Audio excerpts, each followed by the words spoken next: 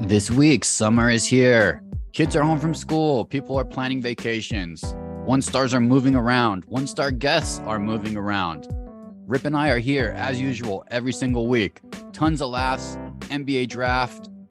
We're going to get into a quick roundup at the end. Listen to the whole podcast. At the end, there's a roundup. It's incredibly fun. Enjoy this episode. This episode of One Star Recruits is brought to you by 500 Level. It's 500level.com for all the best shirts in sports, DK. Have you heard of this guy, Elly De La Cruz, for the Cincinnati Reds? They've won 9 straight games. He's the most exciting young player in baseball in years. Go get his gear on 500level.com. Our guy, Zion Williamson, been in the news a lot lately. He has 172 t-shirts on 500level.com. Use the discount code ONESTAR for 20% off everything on the site, DK, 500level.com. Let's go. Yo, aloha. Welcome to the One Star Recruits podcast. I am DK, joined as always with my best friend, Rip De La Cruz. I have seen him a couple nights now. He seems to make the top 10 of ESPN plays every other night now. I have a small glimpse of this gentleman. Is this like a Yasiel Puig situation, or are we dealing with a totally different type of athlete? That's a good reference because it kind of is. I mean, this guy, we haven't, I don't think, mentioned Cincinnati like once in 3 years on this podcast, but he's bringing life back into the Reds. Like I said, they won 9 straight as of Tuesday here. And the guy is incredible, DK. He hit a hard ground ball to first and beat it out. He beat out a ground ball just past first base with his speed. He's like 22 years old. The guy is amazing. He's worth the price of admission and then some. Cincinnati Reds. Cincinnati seems to have a fun baseball team. Not as fun as the Diamondbacks, who are still atop of the National League West. De La Cruz, I'm going to look into him. I like exciting baseball players. Exciting baseball players really, it's the one thing in baseball, if I know somebody's up to bat, I think it might be the Barry Bonds scenario. I was in the Bay Area when Barry Bonds was hitting those blasts into McCovey Cove, and the whole kind of city would stop, especially when it got deeper into the mid 600s. Literally, people at work would announce Barry's up to bat. Everything would stop in that moment. It got away from the star players a little bit. The star players either have to be big hitters or big pitchers at this point in time. Not super great athletes. We went away from that, like De La Cruz. And a couple guys on the Diamondbacks. Actually, I watched the Diamondbacks. I think these are just small, regular guys. They're not superhuman baseball, Jose Canseco, Mark McGuire's, or Ricky Henderson speed. They kind of look like regular dudes on the D-backs. Yeah, they're not. I mean, Corbin Carroll, another exciting young player, is leading the charge for the first place D-backs. He's probably like 6 foot at best. And it's, we're getting to that point in the summer where NBA just finished. NFL hasn't started camp yet. So baseball is really all it is besides golf and a couple other things, but it's mainly baseball right now. So, we can talk about that a little bit, DK, because we do have baseball fans that listen to this podcast, and our Diamondbacks are in first place, baby. Nah, we don't have to talk about it. I haven't been paying that much attention. I don't think people really want it, but I would also argue with you that you're wrong. Sports has not stopped, and baseball is the only thing at all. I would actually argue that the NBA, I would actually argue completely opposite. The NBA is hotter than ever. It continues to dominate the sports landscape 365 days a year, especially in the offseason. Maybe better than any other sport that's out there as I think about it. The way that the NBA transitions not only into the finals, immediately into the draft, immediately into free agency, has kept people hooked more than ever. We're going to do a couple things in this podcast with the NBA because it's hot right now. But am I reading this wrong with even the NFL? The NFL started to tweak its kind of off-season draft movements and talks a little bit. You saw the Aaron Rodgers thing take up some airtime. Other than that, it's pretty much been NBA here the last 3 weeks, 4 weeks, a couple NBA things. A guy in the Patriots brings a gun on the plane. What else? Antonio Brown loses another minor league football team. Not a lot of news. Meanwhile, what we're going to talk about right now is dominating the airways. Draymond Green's drinking wine in France with LeBron James. That's what we're talking about. So I would argue, Rip, is that a stupid argument? I think the NBA has done, my argument is pretty simple. The NBA said it about 15 years ago. I think it was David Stern's vision to have basketball 365 days a year. And that includes the WNBA. That includes all the other ancillary things that we're going to talk about today, free agency, draft, and then the international side of it. So I would argue that the NBA does the best year-round sports of all of them. You're right. I mean, to some degree, if you want to watch an actual game or a match, right now it is baseball and it is golf. But sometimes that off the field stuff, that off season stuff, we had a big trade with the Phoenix Suns this week. It's more interesting than some of the actual sports that are actually going on. So yeah, that the NBA does a great job. We talked about it a couple of weeks ago.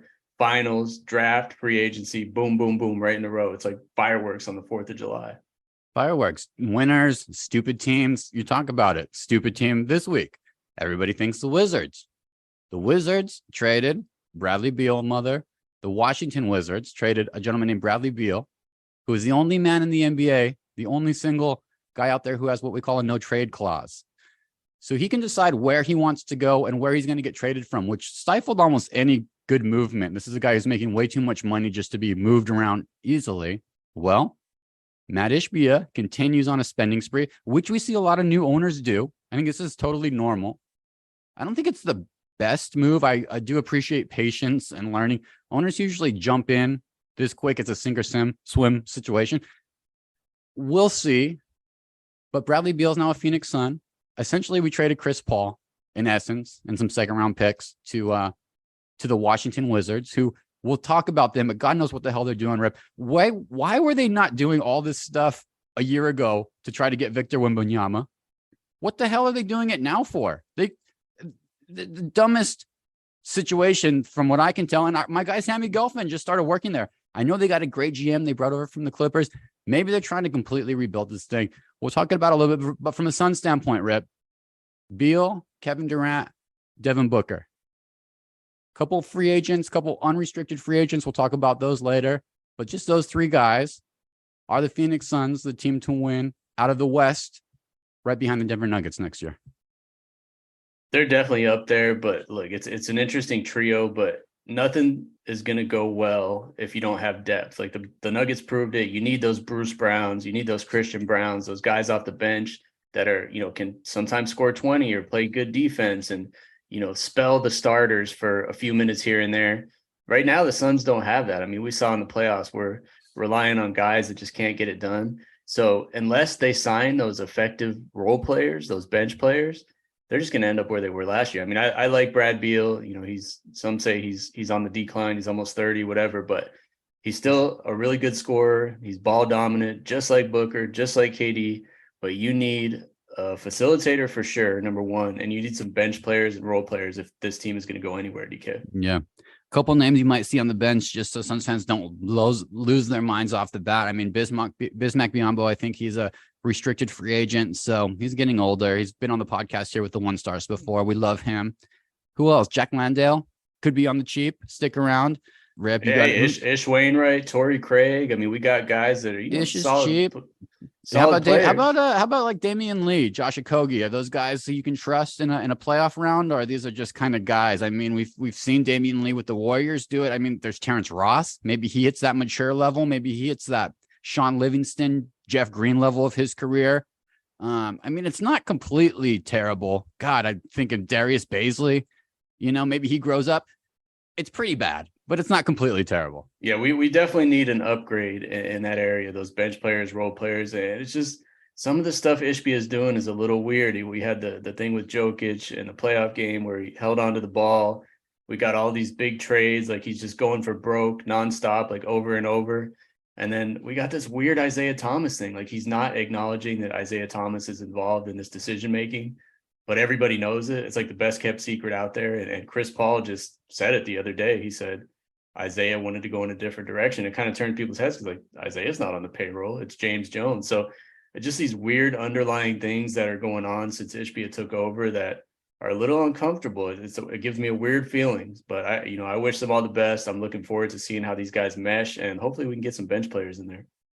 Yeah, Matt Ishbia, he's from Michigan, and he grew up with those hated Pistons, the bad boy Pistons team, and Isaiah obviously was the leader of that team, so there's some of that. It's very much a rich guy gets a new toy, and then you bring in your fucking idols. I guess I would do that. I'm not hating on him. I guess I prefer spending and being highly engaged. I just worry he's blowing his wad very quickly, money and figurative wad, because you can move a little bit slower, but shit, what he's sensing is what we're sensing, Rip, is Kevin Durant, Kevin Durant was drafted the same year as Jeff Green. He's a couple years younger, I think, but same year, 2007. That was a long time ago.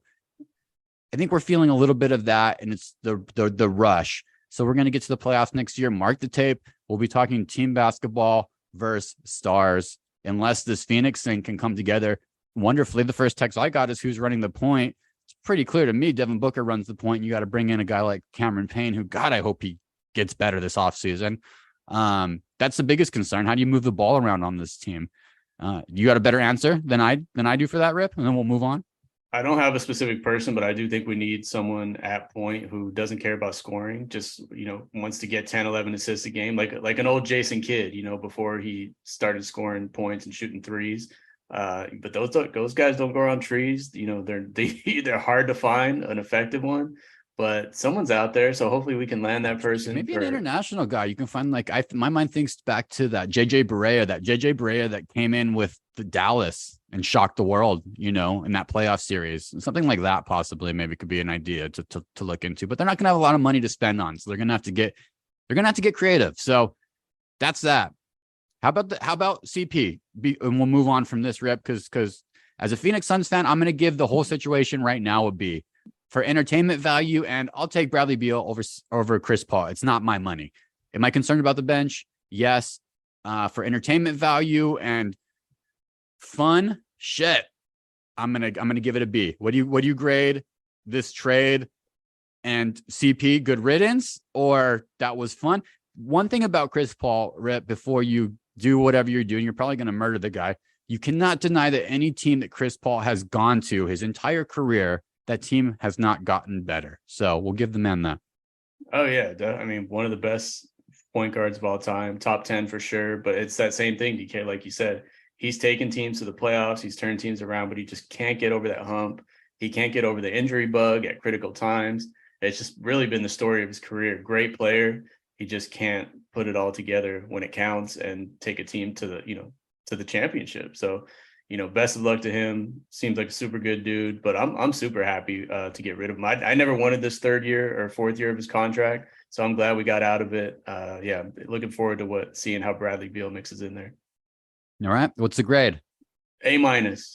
Wow. A-. Okay. Rip's happy over there. Gary from Phoenix is not going to like that. He's not going to be happy till DeAndre Ayton moves, which what's today? We dropped the pod on Wednesday. I think draft day, which we're going to talk about next, you'll see Ayton get moved.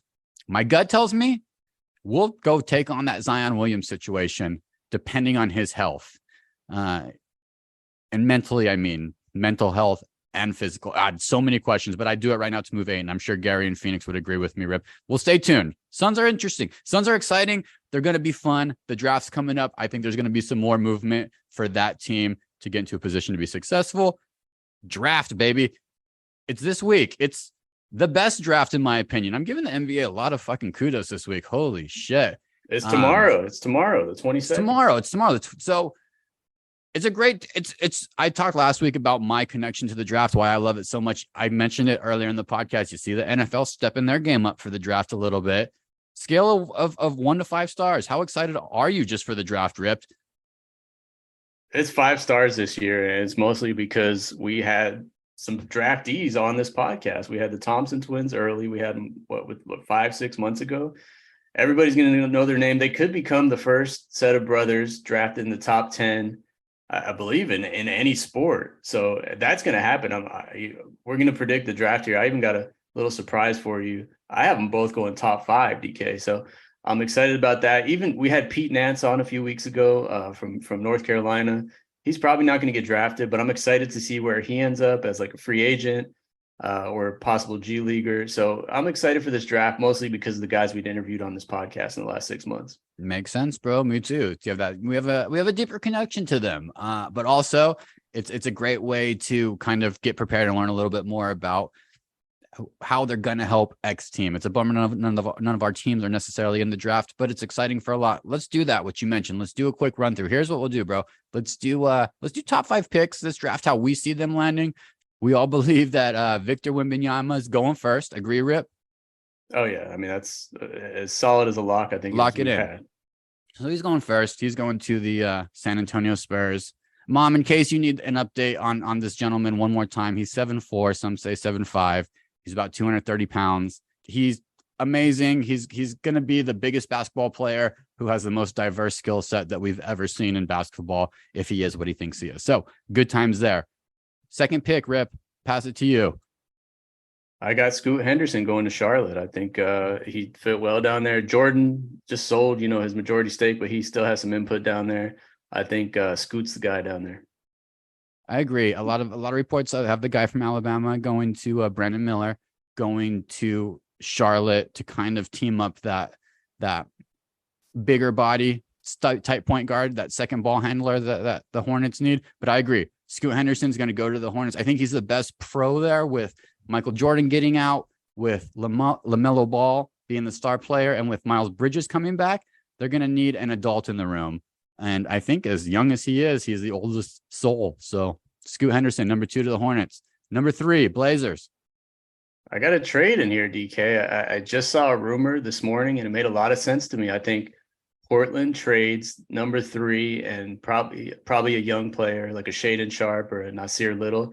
I think they're trading him to the Clippers for Paul George, and you're going to see a Paul George and Lillard combo going on in Portland. And I think the Clippers take Brandon Miller with that 3rd pick to rebuild. Whole rebuild. I think is Kawhi out the whole year. I don't even know, but I think they're gonna take Brandon Miller and rebuild it down in LA with the Clippers. Very nice. Nobody knows if Kawhi is playing except for his uncle. He's the only one who seems to know what's going on besides Kawhi.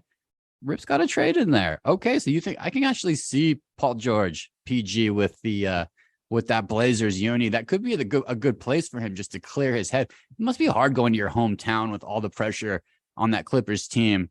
Interesting, Rip. Okay, I'm going to stick natural. I think the Blazers hang out. They're going to keep Dame in place.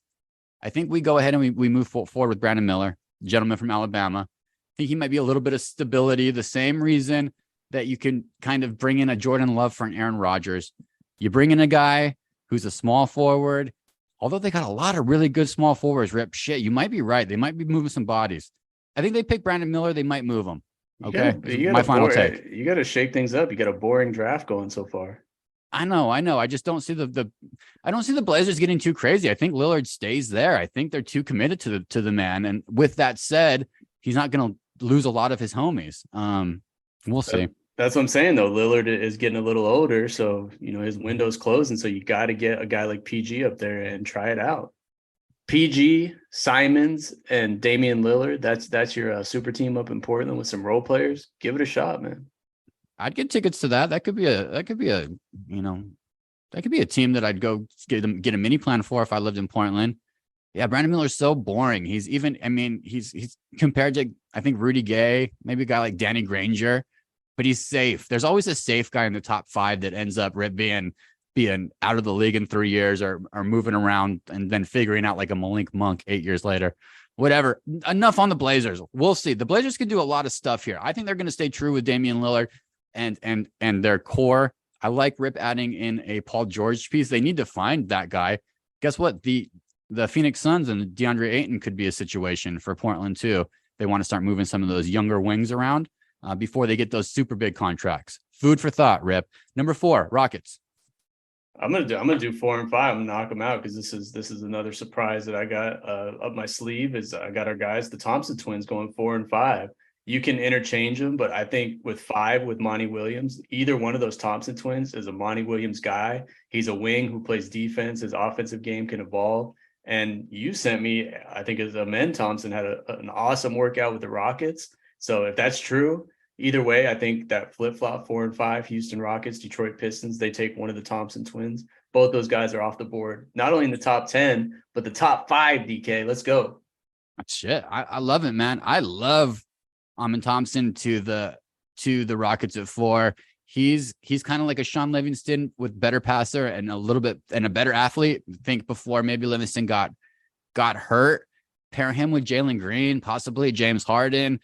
Super high upside swing. I'm in for that one. Pistons are interesting because they can do a handful of different things though.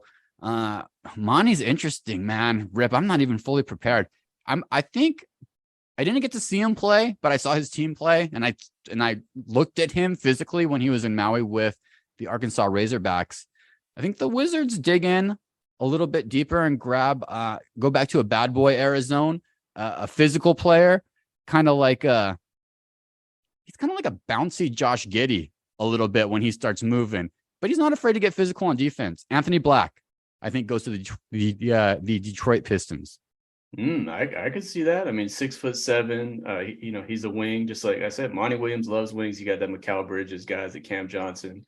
I could see either way, but I think the Pistons are on the upswing. That was a great hire. They gave Monty a lot of money, but they got some really good young players, and they're on the rise for sure. They're on the rise. Turns out, real quick on Monty, two biggest reasons. There's a handful of reasons he was done with Phoenix, but he hates coaching DeAndre Ayton, and he hated coaching Jay Crowder even more. Interesting. I knew about Ayton. I didn't know about Crowder. Inside info there. You got some Jay Billis info. All right. What do you got now? Let's wrap this up. This is the team you've been waiting for. Your son's favorite team, probably your favorite DL team, the Orlando Magic. Yeah, I'm just going to take a shot in the dark at this, DK, because I thought we were only doing top 5, but let's go with our guy, Grady Dick from Kansas. The Magic have a stockpile of point guards. They have a stockpile of big men. They need shooters, and I think Grady Dick is maybe the best one in the top 15 or top 20, so why not? He would look good in those pinstripes down in Orlando. My son is a big fan. Let's go Grady Dick to the Magic at number 6. Yeah, good forward, another shooter. Why not Magic continue to load up with shooters? I think, too, they stick with a small forward. I'm going to throw an interesting one in the mix. I don't think his father played in Orlando, but I'm going with Jawan's son, Jet. I think that he's going to find himself being a defensive stopper for the Orlando Magic. Small forward, Jet Howard, go 6. Jet Howard. Ooh. Hey, if Grady Dick does get drafted, do I buy my son thinks Dick is a bad word. I try to explain, it's a nickname for Richard and all that, but he hears it at school. Do I get him a Dick Magic jersey?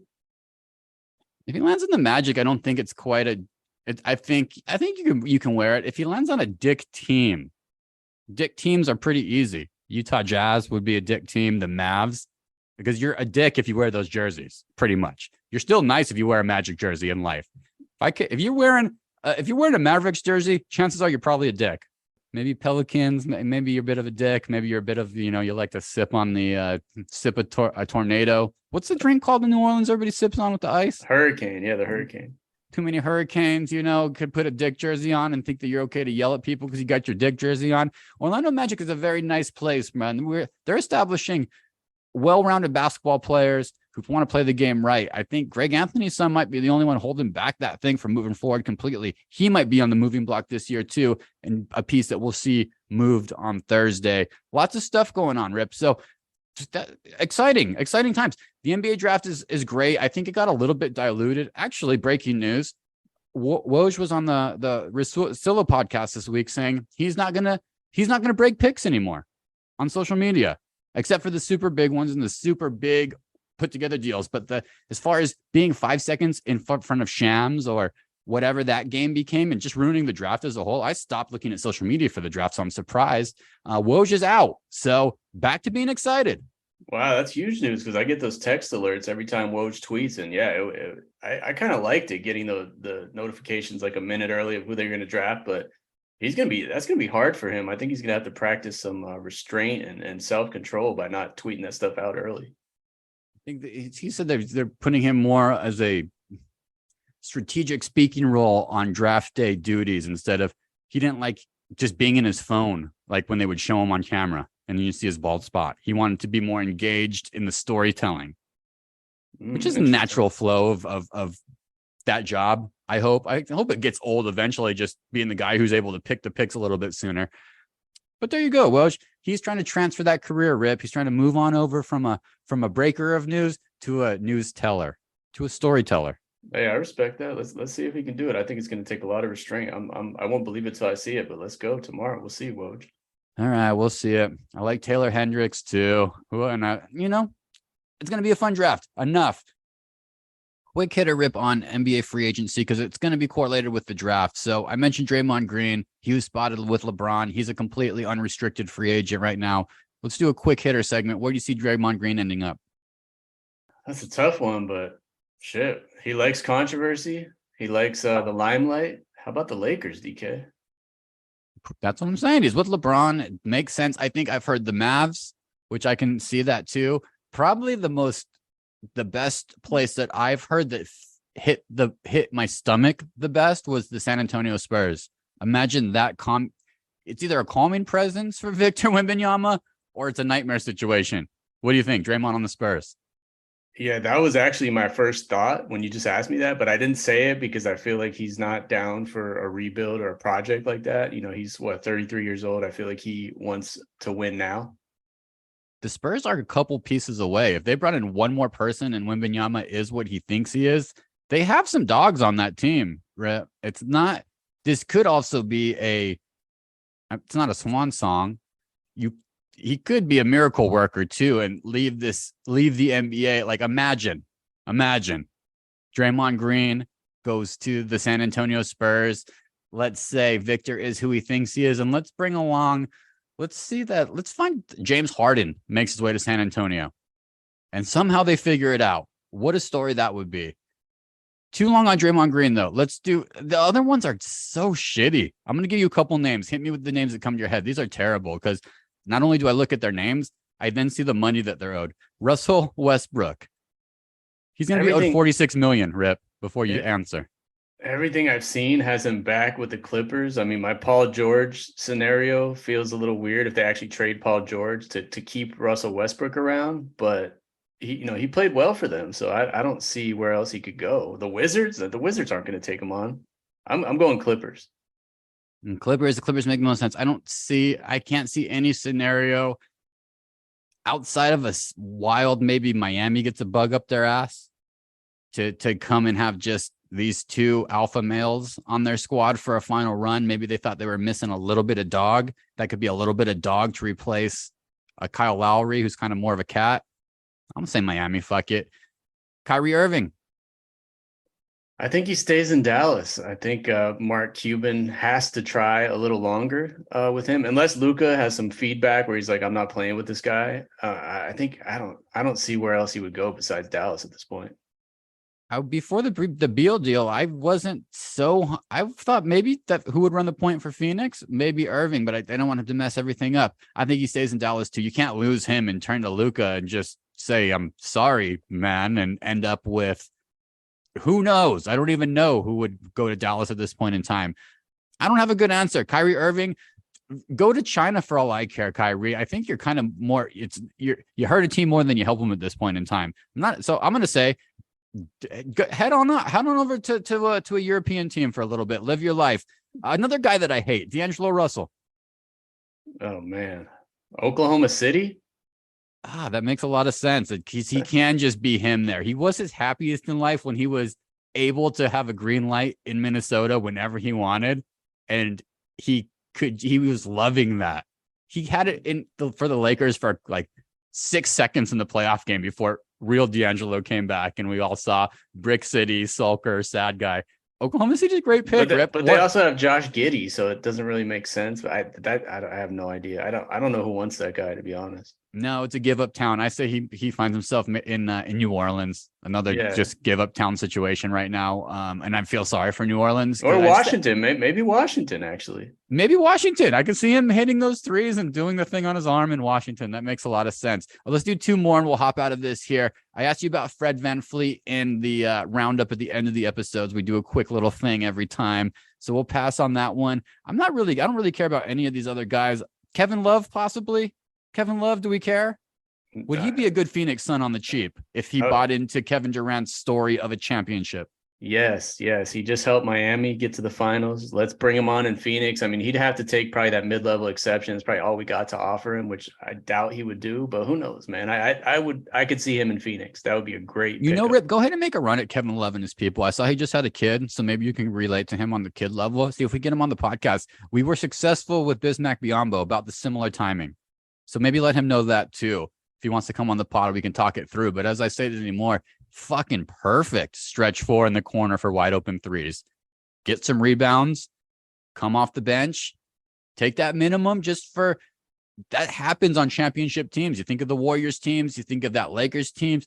there's guys who say, fuck it, I'm down. Kevin Love's at that point in his career. So I'm speaking that into existence, baby. There you go. Give us 15 quality minutes off the bench. That's what we need. Last big who can shoot it. Your favorite guy. You really liked him for a while. The other Nikola Vujovic. Oh, I would love him in Phoenix, but he's probably gonna be too expensive. How about San Antonio for him? I could see him working with Wemby, get a couple of Euro guys down there. I know he went to USC and everything, but yeah, I could see him working well. He has no ego, just wants to get rebounds, put backs. Maybe you bring him in there with a Fred VanVleet and a Wemby. Maybe you have a team working out there. We'll see. Good stuff. Now you're talking. You're not going to ask me about Chris Paul? Chris Paul. A lot of people don't even think he's going to play. He's going to get cut from Washington, find himself in like an Andre Iguodala in Memphis situation. What's your gut say on him? He's going to the Warriors, DK. Ugh, why? Because he's a passer, he's solid, and he'll help that team at point guard. He can put Steph off the ball more and just shoot and not have to worry about running things and have the ball in his hands all the time. Chris Paul can do that, and especially if they lose Draymond, they're going to need a vet with experience and a smart guy. I think he could work well up there. All right, well, good shit. Free agency is good, man. I got my eyes on a couple guys. We're not going to go through them all because that's long and annoying. I think Seth Curry is up there. Our guy Jay Crowder is up there. Dylan Brooks. A lot of people were saying I was kind of messing around saying go play in China. Dylan Brooks realistically might go take some money in China. WWE. He's gonna be the WWE. You think WWE? A couple bigs who can still play. Brooke Lopez, Christian Wood's available. So exciting times in free agency too. Food for thought. I think some pretty good ideas. The top of that list, obviously, you look at money and you want to get the right guy. So that was a good exercise, though. We talked through some Phoenix Suns stuff a little bit. Maybe you just bring an Andre Iguodala to sit at the bottom of that bench like Haslam and do his thing on the Suns a little bit in practice. Just only play when they're up 30, but just have that locker room presence. Maybe veterans minimum. Maybe bring in an Austin Rivers. He seems to figure it out. He's doing TV and podcasting right now. Real matured a lot. Bring him on the bench. Help this young guy out. Take your 2.9 mil, whatever it is. All kinds of shit can happen. Good times will be had, Rip. Guarantee you that. 1-star moments of the week. Anything that happened to you that's 1-star. We all do 1-star moments. We're talking about it. What's a 1-star moment for you, Rip? You had Father's Day. I think you were camping. I was camping. My wreck of the week has to do with that. My 1-star moment of the week this week is just about stuff. I had some time in the past couple of weeks to kind of go through the garage a little bit, consolidate stuff. My wife thinks I'm a hoarder, so I'm trying to get that reputation, that monkey off my back. But basically, my 1-star moment of the week is I realized that all the shit I've been saving for the past 30 years isn't worth a lot. I was looking up stuff on eBay and online as I take it out of boxes. And give some examples. What kind of shit you got? It's baseball cards. It's starting lineups. It's figurines like Allen Iverson in a race car from like 30 years ago. It was made by Hot Wheels. Nice. Boxed or unboxed? Totally boxed, but it's worth like $25. I mean, you hear all these stories about Ty Cobb and Honus Wagner baseball cards when you're a kid being worth like $400,000, $1 million. I had 3 Bo Jackson 1987 Donruss rated rookies. I was like, oh shit, these might be worth 50 or $100. They're worth like $10, DK. It's pitiful. What's the quality? You got him cased up and you got him in good condition. What are you working with? The 97 Donruss and the 93 Fleer Ultras. What else are you working with in there? Oh, I got the 87 Donruss rated rookie Bo Jackson, 3 copies of it. I mean, I got so many cards, Randall Cunningham rookies. I mean, it's ridiculous. I got so many cards in there, DK. Bottom line is I've been saving them for all this time. It's not worth much at all. I got WWF magazines, like every issue from like 1988 to 1990, including the first issue.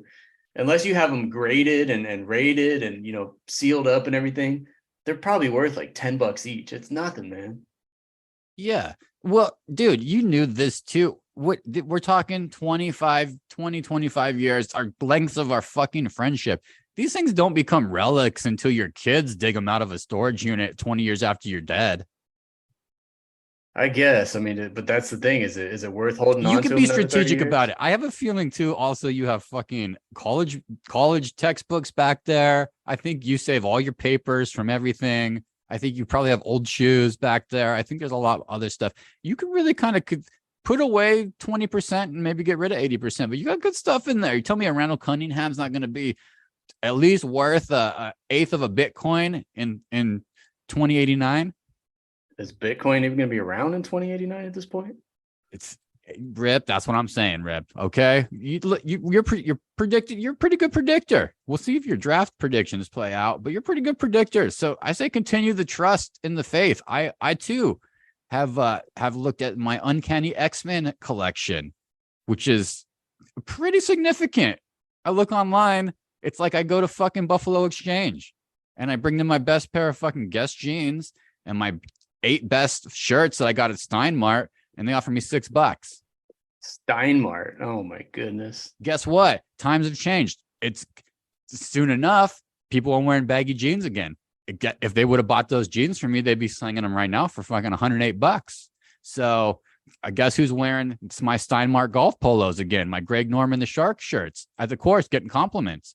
They're off the live stuff now. We're back being friendly. So what I'm saying, Rip, is fashion comes and goes, sports come and go, monetary stuff comes and go. If the Luka Doncic rookie card with a little piece of the jersey automatically gets $80,000 on an unboxing, your Bo Jackson Don Russes, you just got to. You know what you should do, Rip? Pull your 10 best. This would be good for the podcast anyway. Pull your 10 best cards, get them tinted and minted, and let's present them to the children as cards should be presented. And you know what I mean? Let's do the transfer of wealth. If you got room for a DK in Hawaii, because my garage is getting full, but if you're telling me put them up in the attic for another 30 years or give them to you, I might just ship them out to Hawaii at this point. All right, send me your cards. As a matter of fact, send them to my mother's storage unit. I'm taking calls every week. How I need to get my shit out of there. We might as well add to it if we're gonna get the phone calls. But I say hold on to them, man. My 1-star moment of the week. It's actually just a little life, semi-sad, normal life stuff. But especially here, when you live on an island, people come and go, and unfortunately, it's just a tough one. My golf buddy Jake from Pueblo, fellow West Side Maui residents, unfortunately is moving back to Colorado, which is a huge bummer. And it's the way the cookie crumbles sometimes. People they say in the islands people can last 6 months. That's the first barrier. 1 year is a big barrier. I think 80% of folks who come and try to live in Hawaii leave after a year. And then 2 years, it kind of hits again. And the 2-year bug got Jake. He got a great opportunity back in Colorado. So I have 3 rounds of golf planned in the next week, which is, this is my main golf buddies heading out. So onward and upward, but I'm grateful for I'm great. You know what he was, Rip? He was my golf activator, and we all need activators in life. He was my golf activator that got me out playing enough. Now I'm activated, so I'm comfortable enough going out now doing my thing. I wasn't before. It's a big fucking thing in golf. I think most people don't golf because they know they're going to suck and they don't want to be the guy looking for their ball while the other fucking dicks have their hands on their hips, You just don't want to be that human really at 40 ever. And so I'm very grateful that he got me out enough now that I'm never going to be that dude again. So Jake, 1-star moment for me. Hopefully a 5-star moment for you. Best of luck, bro. That's tough, man. Like you said, you're at a place where people don't usually stay long, and you might be the Jake to somebody else pretty soon. I mean, you've been there, 2 years now? So you never know. You might be the Jake to somebody else leaving for Europe or Australia or somewhere else. So that's a tough one, DK. People come and go, man. Good dude. So got golf. That's why I got golf in 20 minutes. I'm getting picked up for a round with Big Jake from Pueblo. Rip. How about a rec? Let's just turn and burn. How about a recommendation? Anything that made you smile? Anything that made you feel good? Big Father's Day over there. Happy Father's Day. I sent you some epic pictures, man. Some good throwbacks. Yeah, I appreciate it, DK. And yeah, my rec of the week sure does have to do with Father's Day because it's my Father's Day gift I got from my wife and kids. And like you mentioned, we went camping. Shout out to Morrow State Park Campground down by Crystal Cove in Newport Beach. 5-star campground. That's another rec of the week if anyone's looking for a spot in Southern California. But the real rec is it's a cast iron camping sandwich maker. If you just Google those words, cast iron camping sandwich maker, it's anywhere from $20 to $80 on Amazon, different brands, different sizes. But it's something you hold over the fire and cook while camping. It makes meals super easy. We're talking like grilled cheese, pizza sandwiches, egg sandwiches. It cooks in a little like square cast iron thing over an open flame. It cooks in like 5 minutes. no, like I said, it makes things super easy. We used it like 3 times this weekend. That was my Father's Day gift the day before we left. Amazing, DK. So that's the rec of the week right there. I know you'd be into that. Love it. Love it. Yeah. You said, so what were the meals used for it? You said a mini pizza. So it goes over the fire and turns around over the fire. Yeah. Yeah, and then mostly like things with bread, like sandwiches on the outside, and you put whatever you want in the middle. Like a cheese. panini press at the end of the day. What if you did waffle mix in there? You think it could, if you really buttered the outside, a waffle would work? I think you could. I mean, if you like prepped the waffle mix at home, before you left and put it in your cooler, just in a Tupperware or whatever, and then poured it in there to cook it, I think that might work. Yeah, that's a good one. Beautiful, great thing. Maybe something too. You guys have a fire pit in your backyard? Yeah, we do. Hey, if you run out of ideas one of these days and you just want to get those kids intertwined, man, get them out there making a grilled cheese. Get that fire going, bring it back out, camping at home. It could be the gift that keeps on giving. I love it, man. Happy Father's Day. Thank you, man. What's your rec of the week this week? Rec of the week for me is back to a documentary. I don't get inspired as much as I would like to. And inspiration for me really kind of means that something I see, digest, hits me in a certain way, but also that I continue thinking about it. Usually that night before I go to sleep. The telltale sign for me is when I wake up and some point the next day, I'm still thinking about the story or something that was confusing or something that wasn't.